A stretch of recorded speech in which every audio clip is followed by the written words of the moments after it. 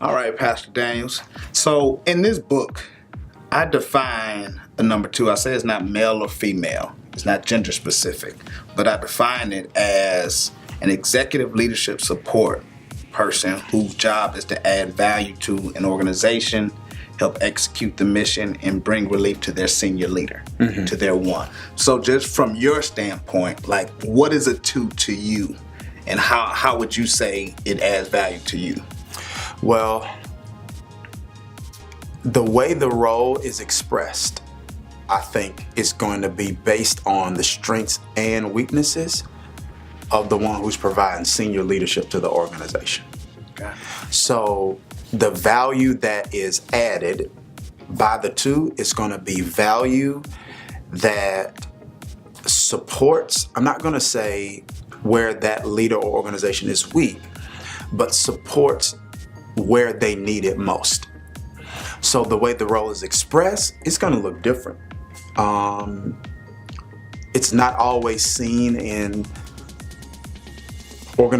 traditional organizational chart structure, yet and still the value that they add is value that not only advances the organization, but it is value that helps, I think, undergird, support, assist that senior leader.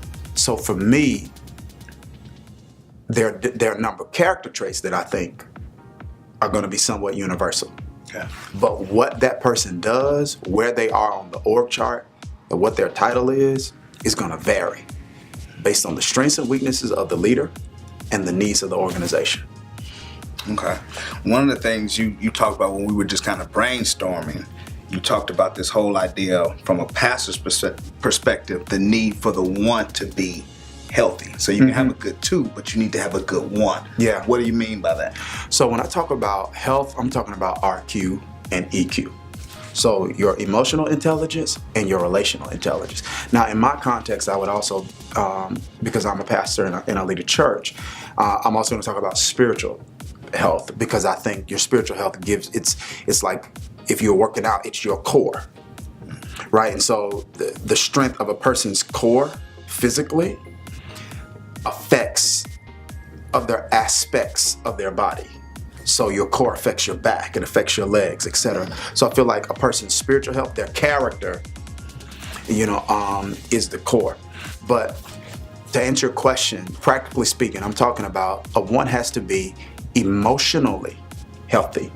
That's going to help him or her transform at best, manage at worst their own issues, insecurities that can just be toxic to a relationship. Because if a two is really adding value, they're going to be bringing gifts to the table you don't have. And you have to be emotionally healthy enough to be secure with that. And this is important, particularly in religious contexts, leaders have trouble with that. With this, you have to be emotionally healthy enough to share influence. To know that if this person brings gifts to the table and they add value, they're going to have influence. And you got to be willing to share that. So emotional intelligence and also relational intelligence, so that you properly know how to manage a relationship. I think everybody is intrinsically equal. We're all equal in the eyes of God. We all don't bring equal gifting and equal value to organizations. That's just a fact. And when you have something rare, when you have something that is not easily replaceable, you have to relate to it that way. And that's what I mean when I say a one has to be healthy.